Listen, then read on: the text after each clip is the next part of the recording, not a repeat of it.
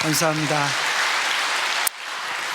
제가 태어나서 다른 교회 말씀 사역하러 가면서 이렇게 감사와 축복의 카드와 메모지를 받은 거는 이 교회가 처음입니다.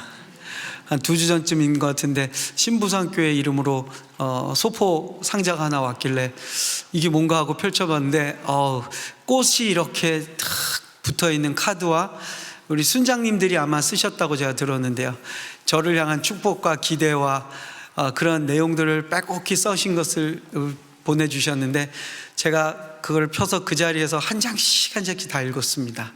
읽으면서 제 마음에 하나님께서 이 교회를 정말 사랑하시는구나, 그리고 제가 여러분 앞에서 무엇을 한다라는 그런 의미보다는 우리 조 목사님을 제가 알게 된 것도 감사한데 우리 신부산교회를 통해서 하나님이 저를 위로해 주시는구나 하는 그 마음을 제가 갖게 됐었습니다. 너무 감사하고요.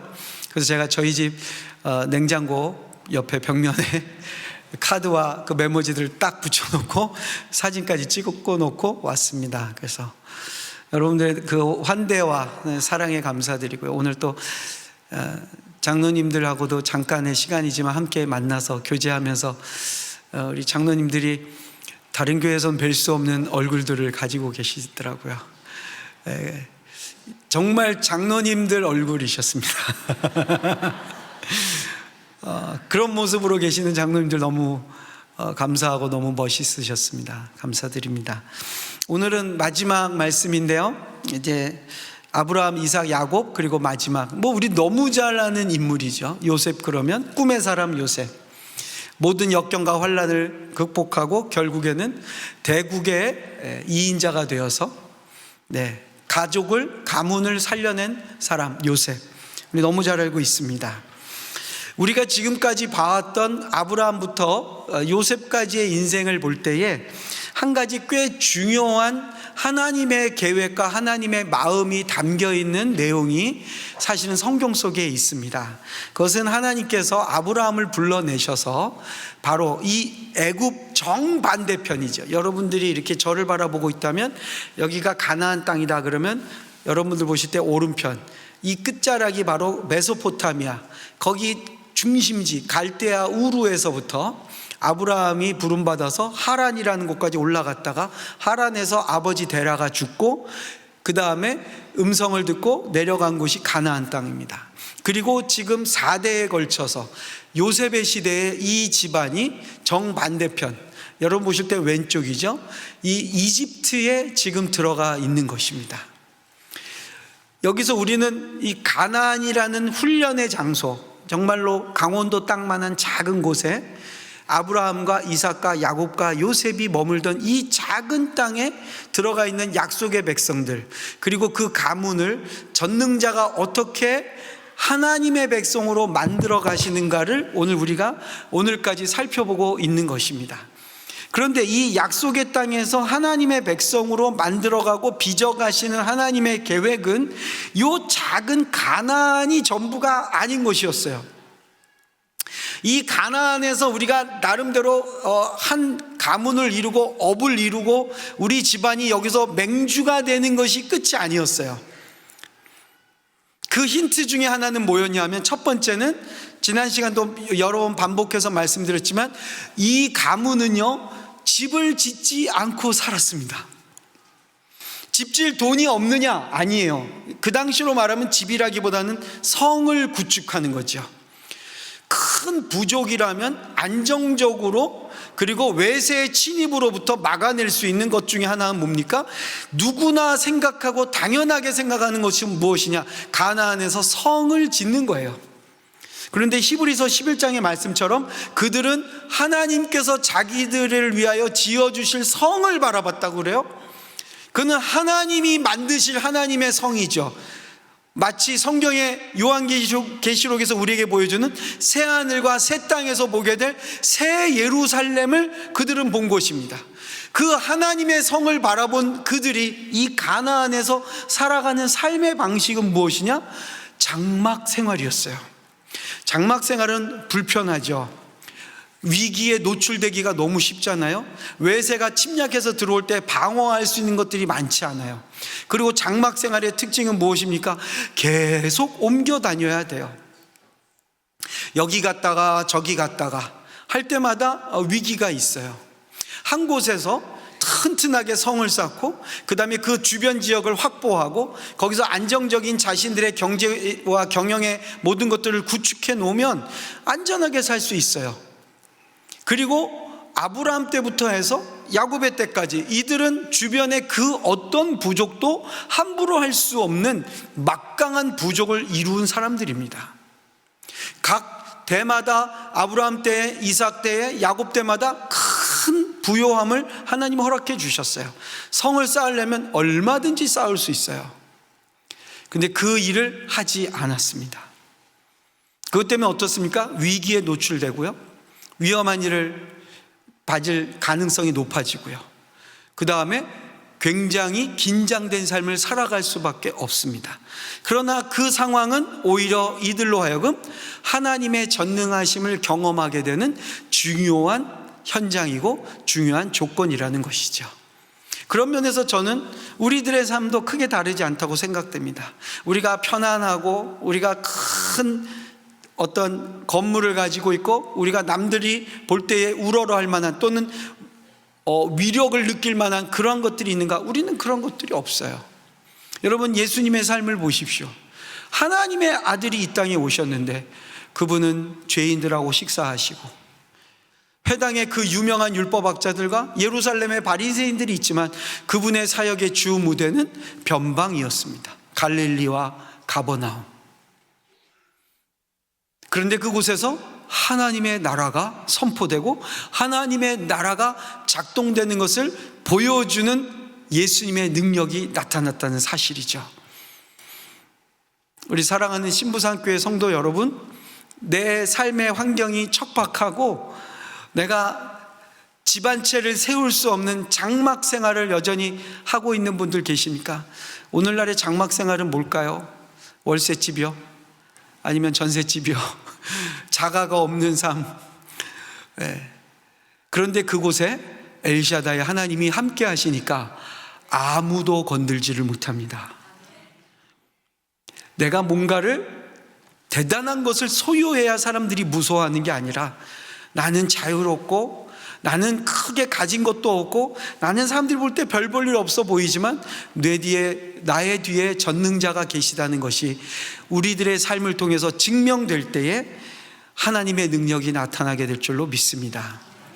이들이 장막 생활을 했다는 특징이고요, 성을 짓지 않고, 두 번째 또 하나의 참 특이한 것이 있었습니다. 그게 뭐냐? 아내를 가나안에서 얻지 않았어요. 아브라함도 고향에서부터 사라와 함께 이곳으로 들어왔고요, 이삭도 친척의 집에 가서 아브라함이 며느리감을 데리고 왔고요, 야곱도 외삼촌의 집에서 아내를 얻어서 들어왔습니다.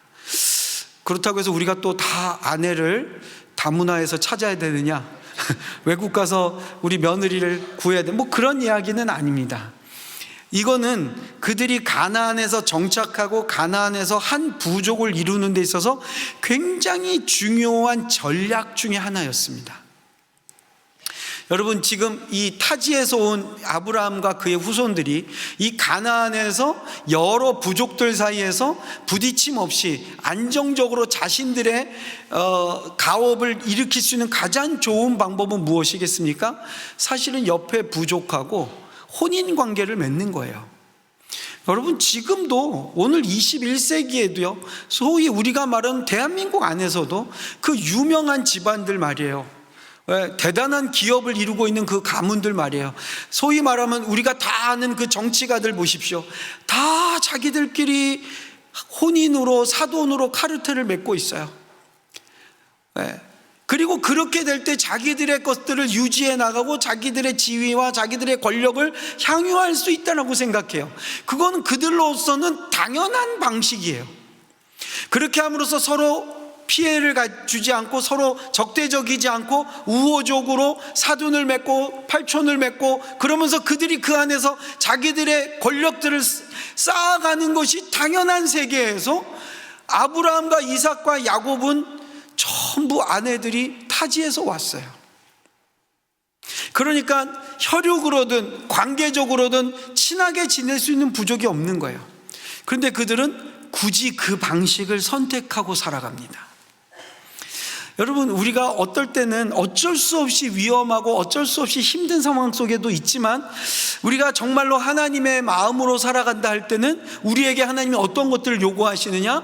때로는 하나님 때문에, 때로는 예수의 이름으로, 때로는 성령님을 의지해서 기꺼이 손해보는 일을 감행할 수 있어야 된다는 거죠. 그런데 그게 손해가 아니고 더 큰 하나님의 승리를 우리는 기대하는 것입니다. 저희가 이제 교회 개척했을 때 초창기에 이런 테스트를 한번 받았습니다. 저희 뭐 건물도 없고 아무것도 없고 이제 뭐 청년들하고 교회를 시작했는데 저희를 아주 귀하게 여겨주시는 어느 집사님이신데 사장님이세요. 외국계 회사 사장님이신데 어느 날 전화가 왔어요. 목사님, 저희 회사가 헌금을 좀 하고 싶습니다. 그 다 크리스찬 기업이셨어요. 그래서 저희한테 헌금을 보내주시겠다고 계좌번호를 가르쳐 달라고 그러시는 거예요. 그래서 계좌번호를 보내드렸죠. 그리고 속으로 혼자 그랬어요. 아싸! 아싸! 그런데 정말 큰 헌금을 해주셨어요. 막 정말 막 받고 할렐루야 가슴이 벌렁벌렁하고 막 야, 이제 드디어 종잣돈이 생기나 보다. 그리고 이제 감사하다는 또 문자를 보내고 우리 교우들 몇 안 되는 교우들하고 막 너무너무 기뻐했어요. 야, 우리 이제 연말을 따뜻하게 보낼 수 있어 이러고 있었는데 얼마 있다가 그 회사 비서실에서 전화가 왔어요. 목사님, 저희 후원금 보내는데 받으셨어요. 그래서 너무 감사합니다 그랬더니 그 비서실에서 연락이 온 거예요. 목사님, 근데 저희가 회사니까 기부금 영수증 해주실 수 있으세요? 그러는 거예요. 기부금 영수증, 회사가 이렇게 후원을 보내줬으니까 당연히 해드려야죠. 그리고 제가 컴퓨터 앞에 앉아서 막 칼라 프린터에다가 영수증을 너무 멋있게 만들었어요. 그래가지고 막 수령인 동네 작은 교회 해가지고 금액 해가지고 교회 직인 꽝 찍어가지고 보내드렸거든요. 며칠 후에 전화가 왔어요. 그 비서실에서 목사님, 이런 영수증 말고요. 그 다음 얘기가 뭐냐면 고유번호증 없으세요? 이러는 거예요. 처음 들은 얘기죠. 고유번호증이 뭐지? 근데 비영리 단체면 가지고 있는 세무법에 있는 고유번호 아시죠, 우리 장로님들? 그러면서 고유번호만 불러주시면 돼요. 이렇게 뭐 요란한 영수증 필요 없어요. 그러면 고유번호증 있어요. 근데 처음 들은 거예요, 저는. 고유번호증이 뭐지? 그리고 이제 주변에 목사님들한테 물어보니까 아니, 아직 고유번호증 없어? 그러는 거예요. 그래서 없어요. 노예 아직 신고 안 됐어? 저희 이제 시작해서 노예 아직 신고 못 했어요. 알고 봤더니 모든 교회는 노예에 먼저 이제 신고가 돼서 우리가 소속된 노예가 있고 우리가 노예에 소속이 되면 우리 총회에서 교단에서 발급해주는 교단에 소속되어 있는 교회라는 그 소속 증명서가 있고요. 그리고 그걸 가지고 그 당시의 법으로는 그걸 가지고 세무소에 가서 우리가 방배동에서 시작한 동네 작은 교회라는 것을 세무소에 신고를 해야 돼요. 그러면 우리는 비영리 단체로서 고유번호증을 세무서가 발급해주면 그 비영리 단체라는 고유번호증을 가지고 우리에게 헌금을 해주시거나 뭐 우리에게 기부금을 해주시면 그 이름으로 영수증을 발행해야 이게 뭐 비과세, 뭐 면세 뭐 이런 게 된다는 거예요. 그걸 그제서 알았어요. 그래가지고 저희가 그러면 빨리 노예에 가입해야 되겠다. 그리고 노예에 가입하려고 갔더니 다음 회기에나 된다는 거예요. 총회에 전화해봤더니 노예에 가입이 안 돼 있으면 총회에도 안 되네. 그러면 저희 비영리 이거 세무서 가서 받아야 되는데 어떻게 합니까? 노예와 총회를 다 걸쳐서 세무서 가서 받아야 되는 거예요. 이 큰 돈을 지금 받았는데 우리가 고유번호증이 없어서 영수증을 못 해드리게 된 거예요. 야, 어떻게 해야 되냐? 있는 방법 없는 수단을 동원해서 고유번호증을 받아서 영수증을 발행해 드리든지 아니면 토해내야 되는 거예요. 저는 너무너무 놓치고 싶지 않았어요. 그래서 하나님께 기도했어요. 하나님, 고유번호증 빨리 받는 방법은 뭘까요? 말이 안 되는데 어떻게 때를 써야지. 하나님, 고유번호증 이 헌금을 다시 토해낼 수는 없어요. 그때 놀라운 소식이 들려왔습니다. 방법이 있다. 근데 약간 찜찜하다. 전문 용어로 가라 영수증을 하면 된다. 근데 상당히 합리적이고 납득이 되는 방식이에요. 뭐냐? 그 헌금을 받은 것을 고유번호증을 가지고 있는 어느 교회에 다시 헌금을 하래요. 그리고 그 교회의 이름으로 영수증을 받아서 이 회사에 제출하고 그 교회가 다시 우리한테 헌금을 해주면 된대요. 기가 막히네. 그래서 우리 몇 명 안 되는 우리 성도들하고 같이 모여서 이런 방법이 있다더라. 근데 그때 회계를 맡은 자매가 저한테 그러는 거예요. 목사님, 그거 불법이잖아요. 맞죠? 불법 맞죠? 그거 우리 영수증이 아니잖아요. 아니, 회사에선 계속 영수증 보내달라는 거예요. 그래서 저희가 결정했어요. 그 교회에 헌금하자. 그래서 우리 교회에 찍혔던 그 돈이 그대로 계좌 이체돼서 그 교회로 가고 저희는 그냥 끝냈어요. 너무 속상했어요. 그냥 그 어마어마한 금액이 통장에 한번 찍힌 것으로 끝났어요. 그러면서 저희가 모여서 그 결심했어요. 우리 이 방법대로 끝까지 가자. 이 방법대로 끝까지 가자. 그리고 18년째 저희는 그 방식대로 끝까지 오고 있습니다. 그런데 저희 교회가 놀라운 게 18년 차가 됐는데요, 저희 교회는 아직도 빚이 없어요. 시작할 때부터 지금까지 빚 없이 살게 하셨어요. 제가 볼 때 앞으로도 빚은 없을 것 같아요. 돈은 없어요. 제가 이 말씀을 왜 드리냐 하면요, 하나님 우리를 왜 부르셨을까 할 때 잘 되는 것도 의미가 있고 축복받는 것도 중요한데요, 너희 좀 다르게 살아보라는 거 아니겠어요? 너희는 이 세상에서 다른 백성으로, 베드로전서 2장의 말씀처럼 택하신 족속이여 그의 소유된 백성이니 너희로 말미암아 그리스도의 아름다운 덕을 선전하기 위해서 너희를 불렀다는 거 아니겠습니까? 사랑하는 우리 성도 여러분, 우리가 이 척박한 가나안에서 사는데 여기서 이기고 여기서 잘 되는 게 끝이 아니라는 거예요. 그게 오늘 요셉의 삶을 통해서 하나님이 우리에게 주시는 약속이에요. 오늘 본문 말씀 22절을 한번 같이 보겠습니다. 같이 읽겠습니다. 시작. 요셉은 무성한 가지 담을 넘었도다. 여러분, 요셉의 삶은 그냥 4대에 걸쳐서 하나님이 아브라함의 가문을 축복한 것으로 끝나는 게 아니에요. 요셉은 무성한 가지인데 그 무성한 가지는 울타리 안에, 우리의 영역 안에 머무는 것이 아니라 뭐예요? 그 가지가 담을 넘어가 버렸어요. 우리에게 한계를 지어준 울타리를 뛰어 넘어가 버리는 가지예요. 그러니까 아브라함에게 주신 축복의 내용은 무엇이냐? 사실은 가나안에서 우리끼리 여기서 잘 살고 우리끼리 여기서 맹주가 되고 그 수준이 아니라 요 조그만한 강원도 땅만한 곳에 아브라함과 이삭과 야곱과 요셉을 불러넣으신 이유는 뭐냐? 이 가나안이 끝이 아니고 이 울타리를 뛰어넘으라는 것입니다. 이 울타리를 어떻게 뛰어넘느냐? 하나님의 방법으로, 하나님의 방식으로, 전능자의 역사를 통해서 증명해내라고 저와 여러분을 부르신 줄로 믿습니다. 그래서 요셉의 인생서부터는 어떻습니까? 가나안의 스토리가 애굽으로 확장되어 나가고 있습니다.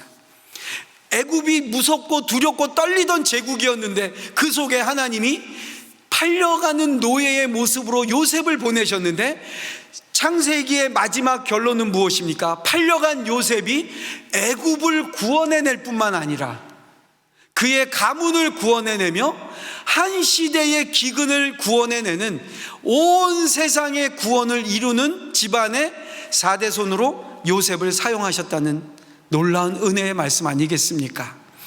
우리는 스스로 우리 자녀들에 대해서 또는 우리 다음 세대에 대해서 우리 스스로 정해놓은 울타리가 있어요. 너희는 여기까지만 해도 너무 잘한 거야. 이 정도 했으면 뭐 충분하지. 여러분, 오늘 그 담장, 그 울타리를 내려놓으시고 우리 자녀들, 오늘 여기 참석하고 있는 우리 젊은 세대들은 우리의 울타리를 넘어가는 담장 넘어가는 가지들이 되시기를 주님의 이름으로 축복드립니다. 이 자녀들, 우리 후손들, 우리 다음 세대는 가나안이라는 울타리 안에 있으면 안 돼요. 왜냐? 사실 하나님이 아브라함을 부르셔서 언약을 맺으실 때 이 언약의 내용에 놀랍게도 하나님의 스케일이 살짝 보였어요. 제가 읽어드릴게요. 들어보세요. 창세기 15장 18절인데요.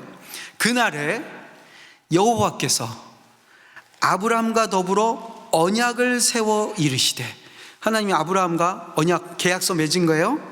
그러면서 하나님이 지난 시간 말씀드렸죠. 을이에요. 을. 하나님의 의무사항을 얘기해요. 내가 아브라함 너에게 약속한다. 내가 너를 통해서 할 일이 이거다라고 말하면서 뭐라고 하시냐면, 내가 이 땅을 애굽강에서부터, 애굽강 어디? 나일강이잖아요.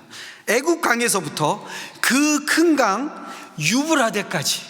유브라데는 어디냐? 메소포타미아에 있는 강이에요. 메소포타미아와 티그리스 강이 만나는 거기.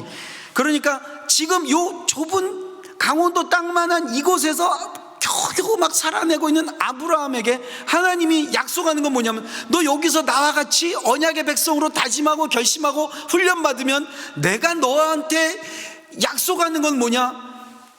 저 이집트 문명의 중심지인 나일강부터 메소포타미아와 그 다음에 수메르 문명의 중심지인 유브라데 강까지가 너와 내 자손의 땅이 될 것이다.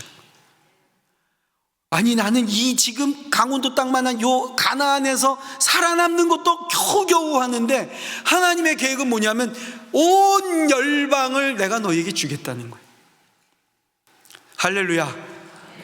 여러분, 우리는 정말 힘들게 예수를 믿었잖아요.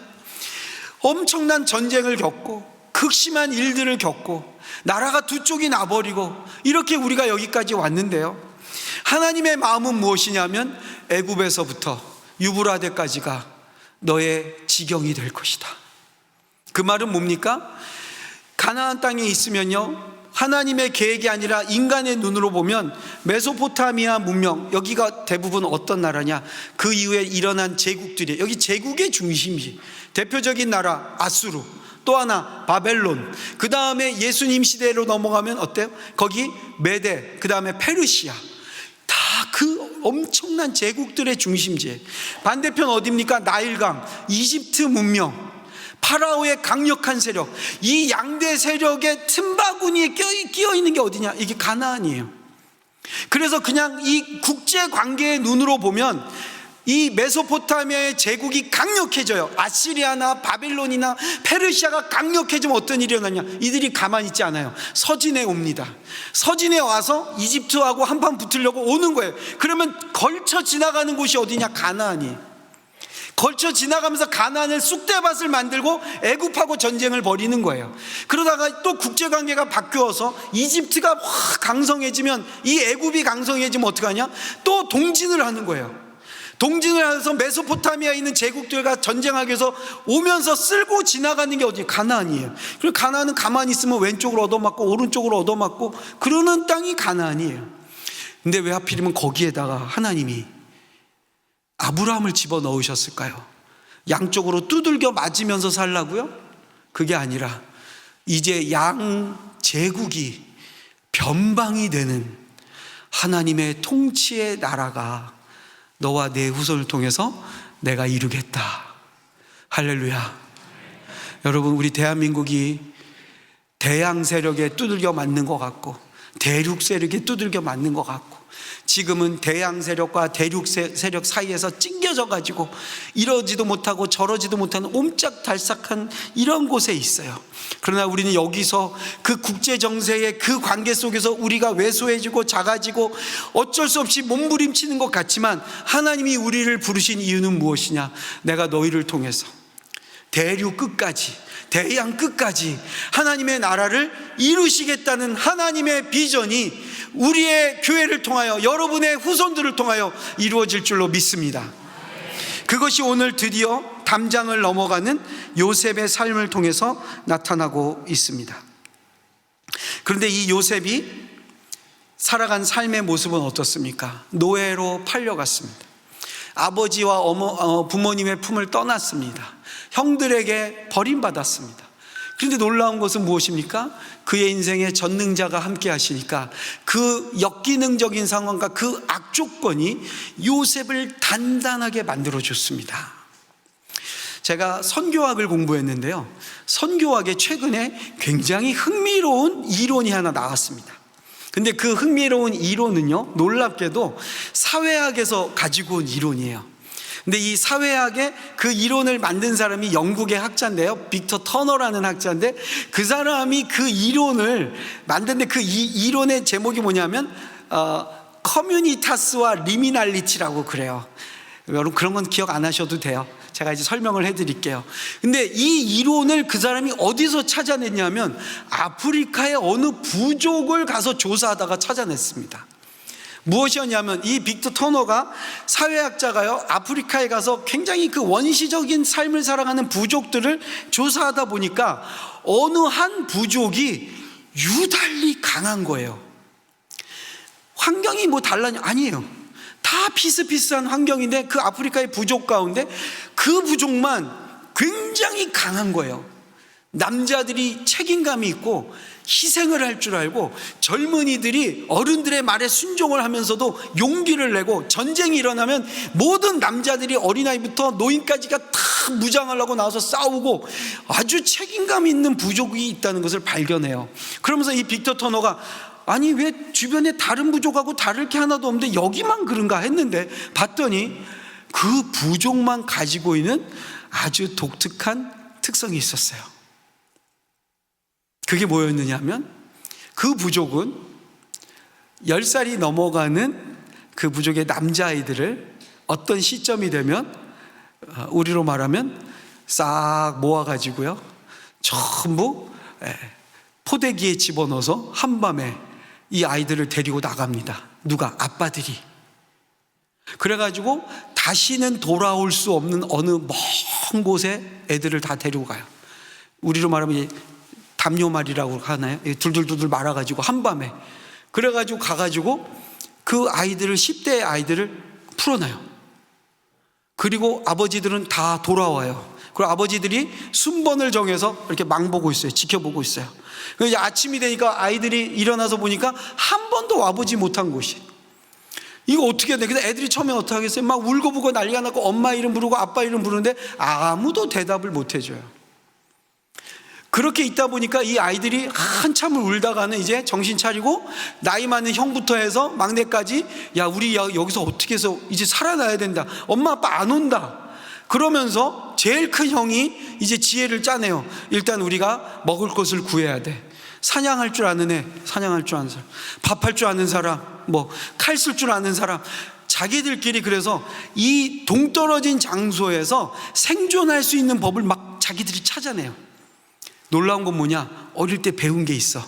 아빠한테 뭐 배운 거, 활 만드는 거, 화살 날리는 거, 칼 만드는 거, 뭐 동물들 잡을 수 있는 이 트랩을 만들, 뭐 이거 막 생각해내면서 자기들끼리 하는데 안 되잖아요. 막 안 돼서 실패해서 또 막 배고파서 울고, 그러다가 어떻게 해서 뭐 토끼 한 마리 잡은 거 가지고 막 행복하게 먹고, 이러면서 이 아이들이 엄청난 결속력이 생겨요. 그리고 내부의 질서가 잡혀요.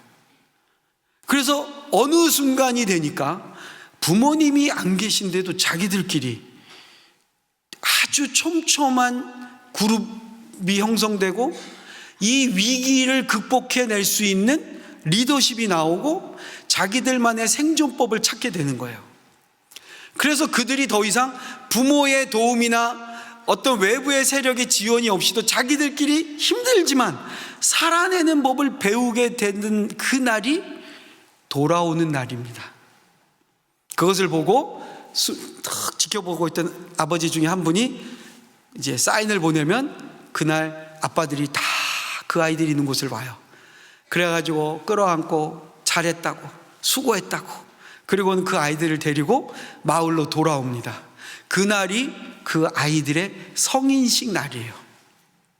이 빅터 터너가 그 부족을 보면서 두 가지를 찾아낸 거예요. 하나는 뭐냐?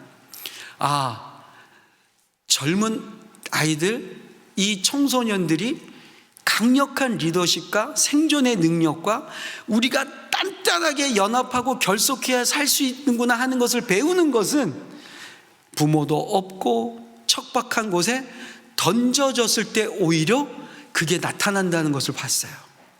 그걸 가리켜서 뭐라고 정리했느냐? 리미날리티라고 하는데, 이 리미날리티라는 단어의 특징은 뭐냐면 문지방이에요. 문지방. 다른 말로 말하면 경계예요. 경계.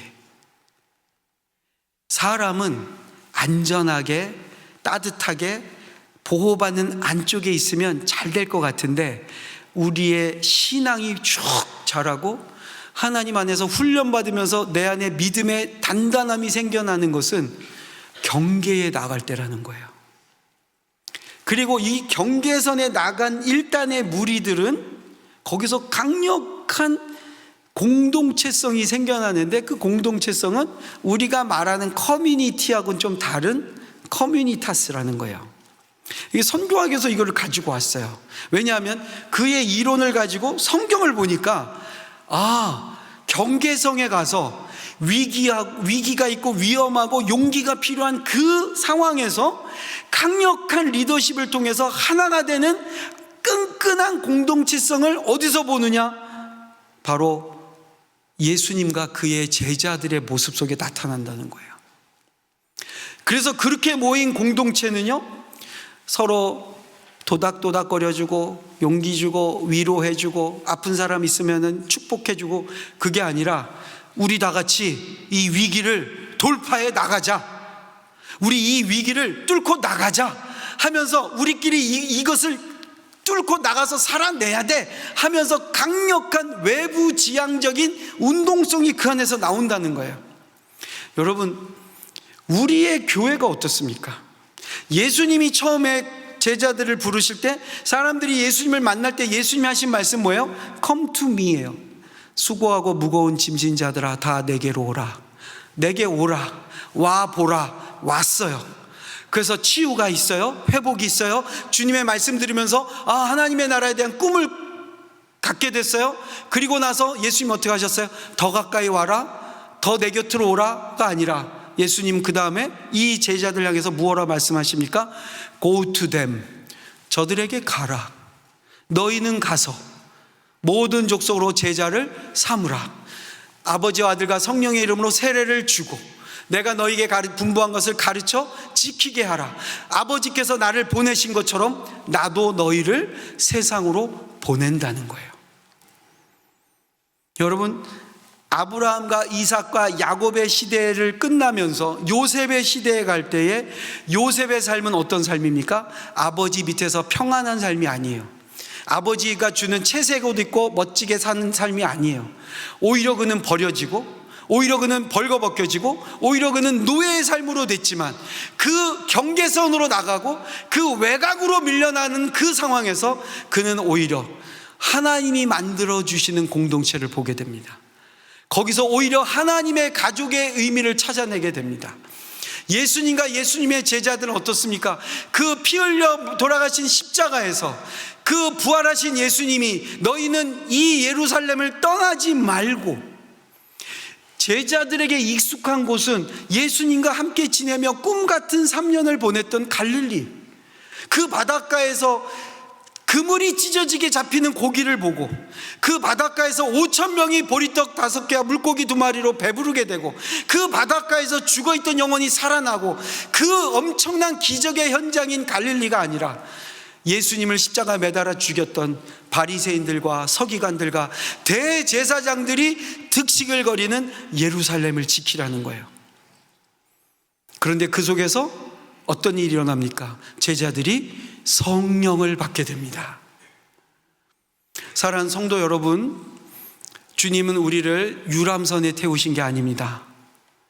우리는 저 전쟁의 한복판에 보내진 함선을 타고 지금 출격하고 있습니다. 우리가 타고 있는 배는 항구에 정박해서 뷔페를 먹고 거기서 가라오케 노래를 부르고 댄스 파티를 하는 유람선과 크루즈가 아니라 우리에게는 주님께서 주님의 이름으로, 엘샤다이의 이름으로 사람들이 하나님을 모르고 사람들이 여호와를 모르는 그 땅으로 저와 여러분을 보내시는 줄로 믿습니다. 우리 다음 세대는 그래서 애굽으로 가야 돼요. 우리 다음 세대는 메소포타미아로도 가야 돼요. 하나님이 아브라함과 이삭과 야곱을 부르신 이유는 가나안이 다가 아니고 가나안을 중심으로 해서 애굽에서부터 메소포타미아까지. 여러분, 우리 신부산교회 하나님이 여러분들에게 보여주시는 애굽과 메소포타미아가 어디입니까? 한 번도 가보지 못했던 제국의 중심지를 하나님 나라의 변방으로 만드는 일에 저와 여러분들을 부르신 줄로 믿습니다.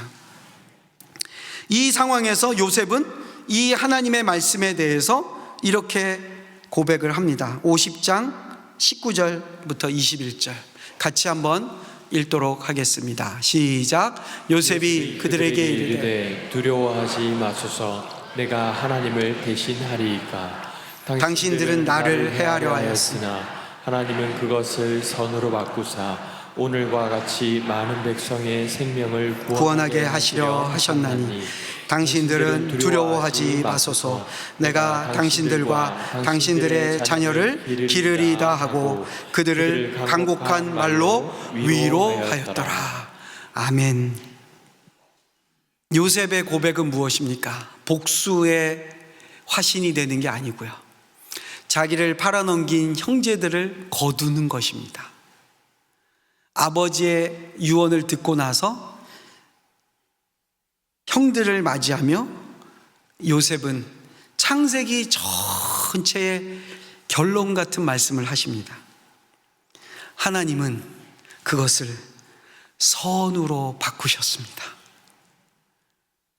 모진 인생의 풍파, 그냥 눈코 틀 새 없이 몰아닥치는 환난, 배신과 배반, 버려짐, 낙오됨, 감옥에 들어가는 모든 일생을 지나고 났을 때 창세기의 결론은 무엇입니까?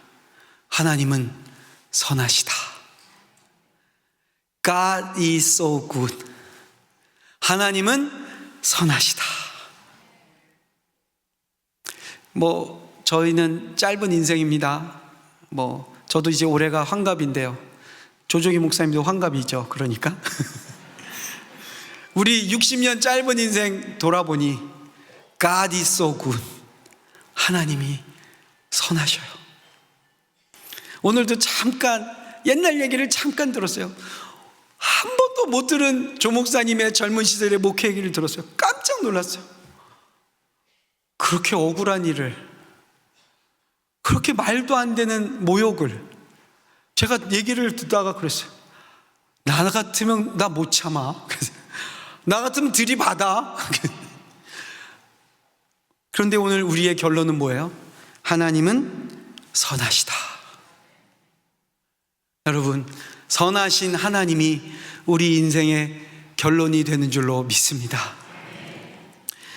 제가 어릴 때 저희 교회에서 한 번도 안 했던 사경회가 갑자기 열렸는데, 그 사경회가 말씀 사경회가 아니고요, 선교 사경회를 열어서 선교 부흥회를 연다는 거예요. 제가 중학교 잊을 수가 없어요. 중학교 1학년인데 여기 우리 장로님들 앉는 이 자리에 제가 앉아 있었습니다. 근데 그때 오셨던 우리 말씀 전해주신 목사님이 그 당시 우리 한국의 해외 선교의 가장 어르신이었어요. 조동진 목사님이라고 우리나라에서 최초로 한국인들이 중심이 된 선교단체를 만드신 분이에요. 해외 선교단체를. 그분이 오셔서 말씀 사경회를 하셨는데 마지막 날, 부흥의 마지막 날 이제 선교사 초청을 하신 거예요. 막 분위기 막 잡고 조명 다 끄고 막 오르간 소리 확 나면서 막 비장함이 막 묻어나는 환경을 만드시더니, 자 이제 우리 여기 성도님들 가운데 이번 말씀을 듣고, 저는 그런 거 안 합니다 여러분한테 선교사로 헌신할 분 헌신하십시오. 그런데 제가 그때 중학교 1학년 때인데 헌신 안 하면 안 될 것 같아. 큰일 날 것 같아. 그래서 제가 어떻게 해야 되지 그러는데 제 마음에 아프리카를 가야 된다는 마음이 들던 거예요. 아 이거 아닌 것 같은데, 근데 또 아닌데 뭐 그러다가 제가 일어섰어요. 아프리카를. 제가 그때 마음에 천만다행인 게 평생을 헌신하진 않았어요. 어린 마음에 하나님 5년 동안 갔다 오겠습니다. 그리고 이제 헌신을 했어요. 그리고 목사님이 일어난 헌신자들을 위해서 제가 기도하겠습니다. 막 축복의 기도를 해주셨어요. 그리고 이제 끝났어요. 앉으면서 뒤를 돌아봤더니 저 혼자였어요. 오 마이 갓. 제가 집에 왔는데 저희 아버님 저보러 그러니까 뭘 한다고 네가 일어나냐. 뭘 한다고 어디 가려고. 그래서 아프리카.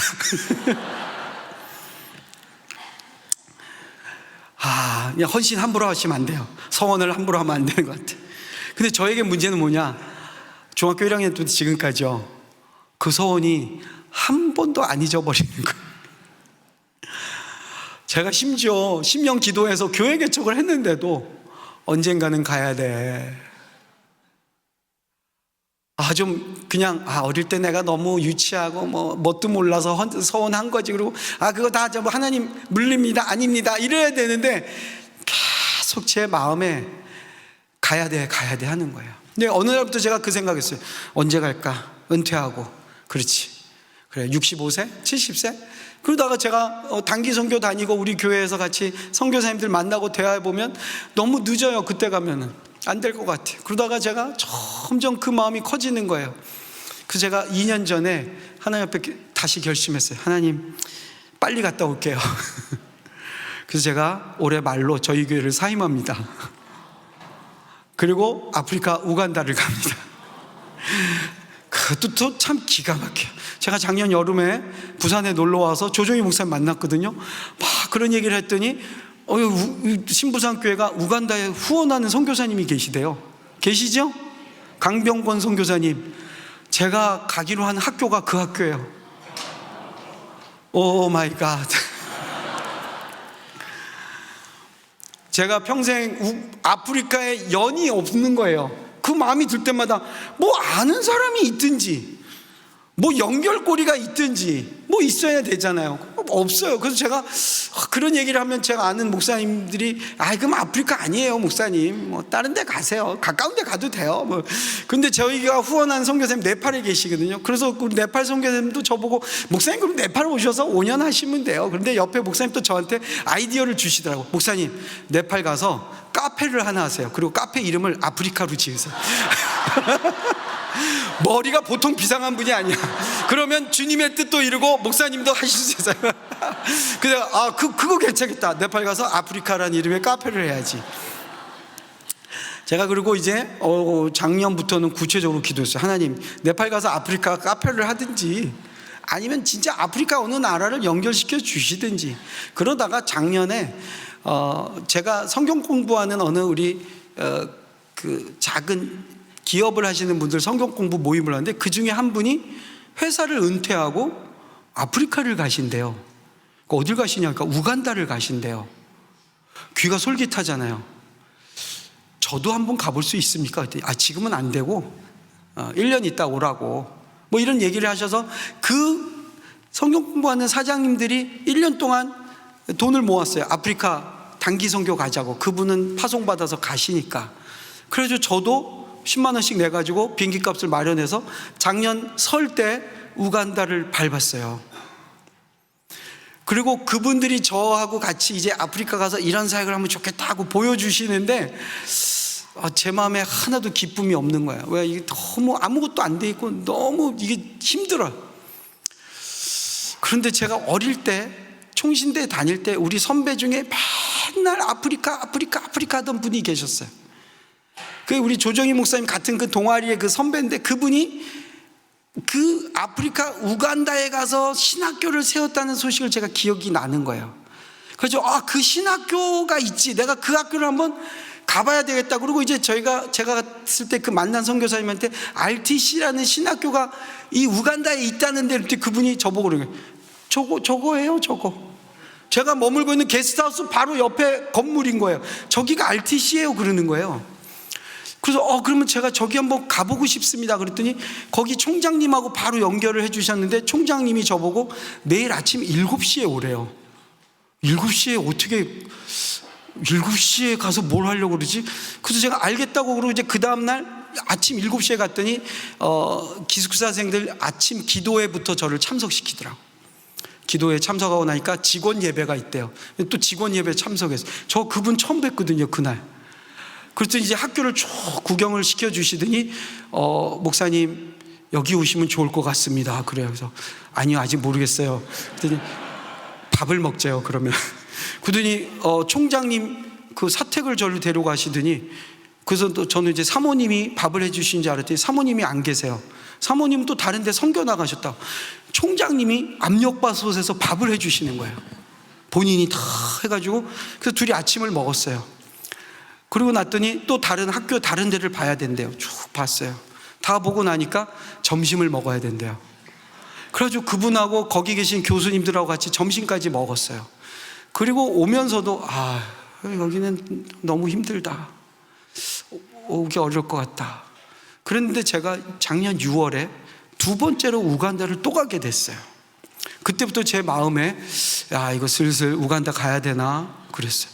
어떻게 한 해에 우간다를 2번을 갑니까?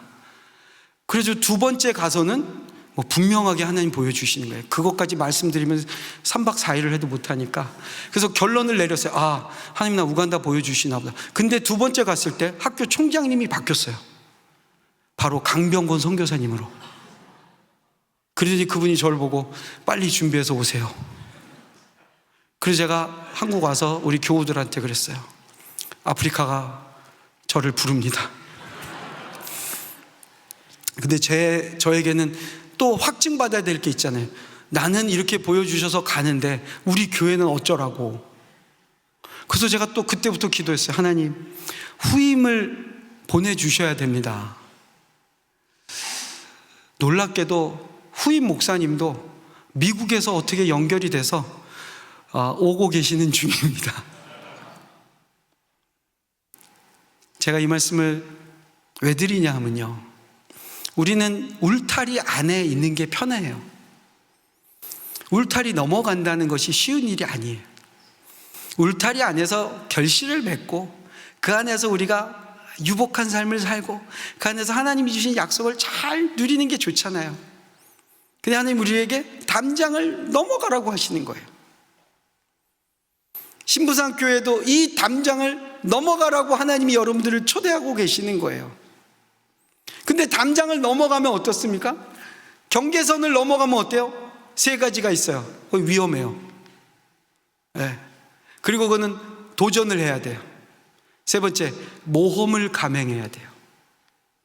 그런데 그곳으로 하나님이 우리를 담장 너머로 우리를 옮기실 때는 우리는 취해보지도 못하고 가져보지도 못한 애굽이 하나님의 땅이 되는 것을, 메소포타미아가 여호와의 지경으로 넓혀지는 것을 보게 될 줄로 믿습니다.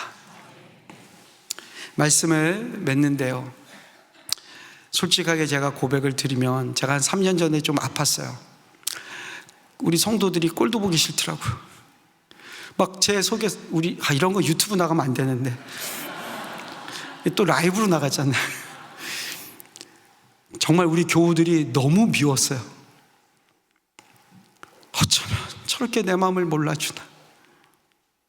설교를 했던 걸 또 하고 했던 걸 또 해도 늘 새롭게 받아들여.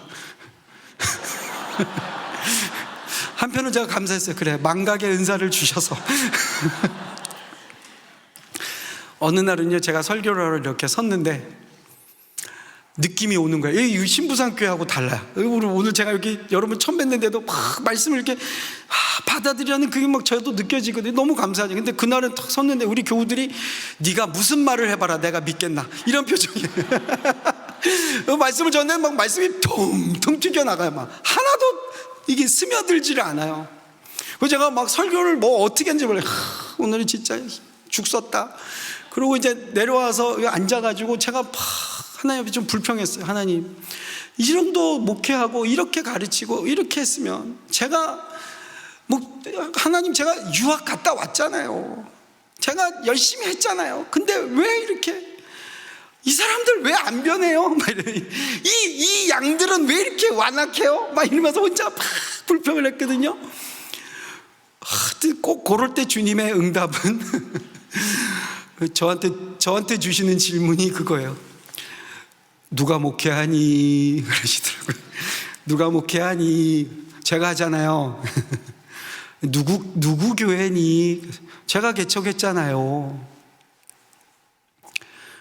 아니야, 내가 목회하고 있어. 그러는 거예요.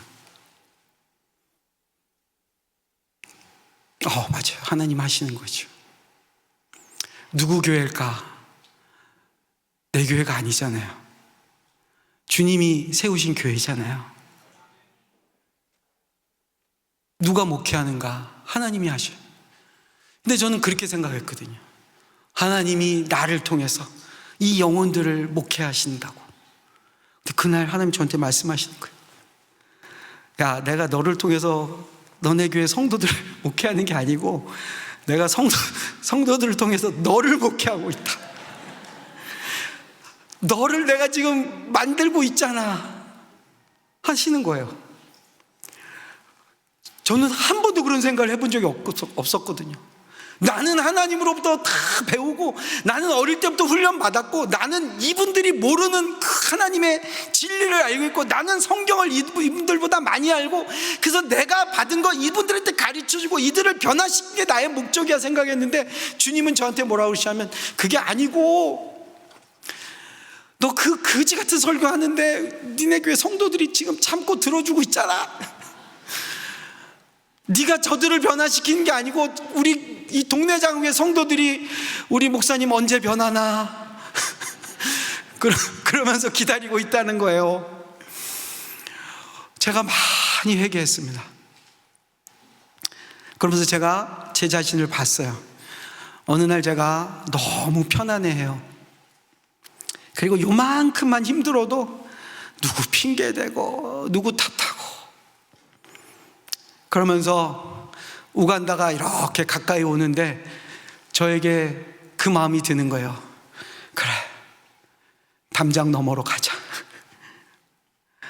다시 광야로 나가자.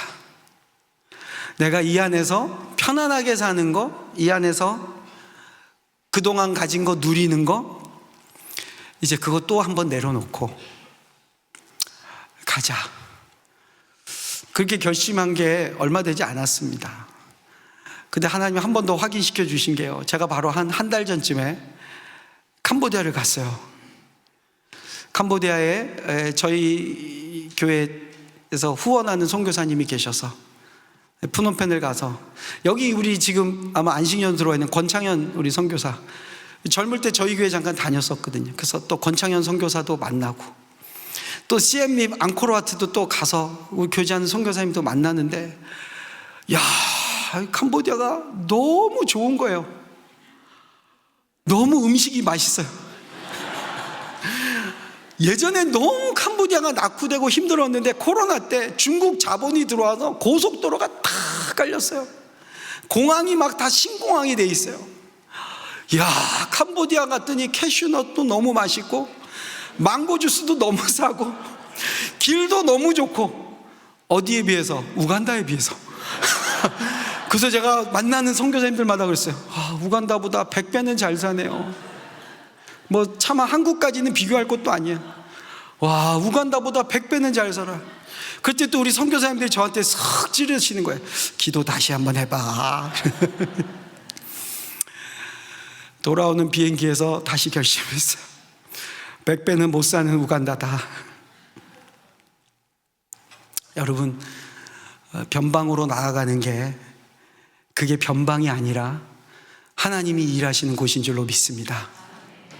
오늘 우리가 그 은혜의 중심 안에 들어와서 전능자를 만나고 우리의 자녀들이 이곳에서 하나님의 사람으로 훈련받고 세워지고, 그리고 우리의 후손들 가운데 또는 우리의 남은 생애 가운데 담장을 넘어서서 하나님의 선하심을 보여주는 인생으로 우리의 삶이 마감되기를 예수님의 이름으로 축복드립니다. 지난 3일 동안 함께 해주셔서 여러분들에게 감사드리고요. 혹시 제가 잠깐이라도 기억나신다면 우간다 가서 말라리아 안 걸리고 잘 있다가 올 수 있도록 기도해 주시면 감사하겠습니다. 뿐만 아니라 우리 모든 신부상교회 성도님들, 사랑하는 우리 조조희 목사님, 사모님, 또 우리 장로님들, 우리 모든 순장님들, 또 훈련에 참여하고 계시는 또 모든 우리 사역자 여러분들, 엘샤다이가 우리의 하나님이십니다. 그리고 그분은 모든 것을 선으로 이끄실 줄로 믿습니다. 우리 찬양 한 곡 같이 부르고요. 전능하신 나의 주 하나님, 한 번 더 우리 찬양하면서 오늘 말씀 사경의 3일을 우리 마무리하면서 또 기도하는 시간 갖기를 원합니다.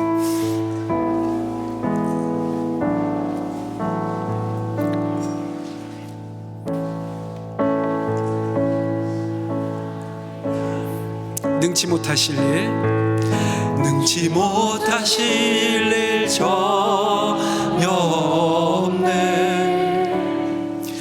우리의 모든 간구도, 우리의 모든 생각도, 우리의 모든 꿈과 모든 소망도 신실하신 나의 주 하나님은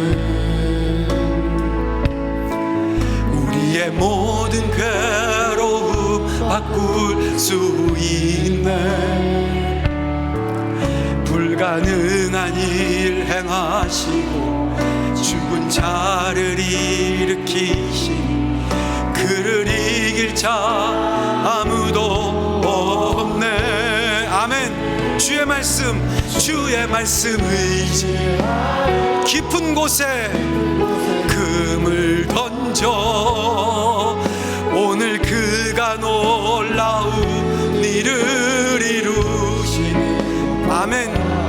주의 말씀 의지하여 믿음으로 금을 믿는 자에게 능치 못함. 한 번 더 고백합니다. 주의 말씀 의지하여, 주의 말씀 의지하여 깊은 곳에 금 던져 오늘 그가 아멘. 주님의 영광을 보기 원합니다. 아멘. 주의 말씀 의지 믿음으로 믿는 자에게 능치 못함. 한 번 더. 믿는 자에게 능치 못함 없네.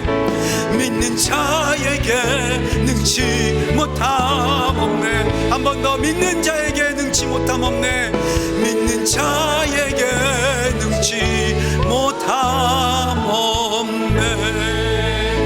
아멘. 우리 다 같이 한번 합심해서 통성으로 기도하겠습니다. 하나님, 울타리 안에 갇혀있던 우리의 인생이 하나님의 경계까지, 하나님의 수준까지, 하나님의 넓이까지 자라나기를 원합니다. 애굽이 중심이 아니고 메소포타미아가 중심이 아니고 이 변방 같은 가나안에서 하나님의 그 위대하시고 영원하신 나라를 바라보며 우리가 그 경계의 지역으로 나아가게 하여 주옵소서.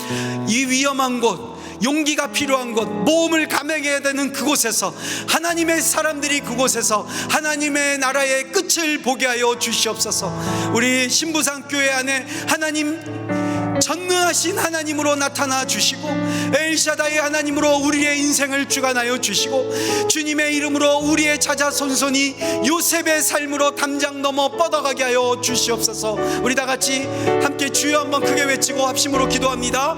주여. 아버지 하나님 감사합니다.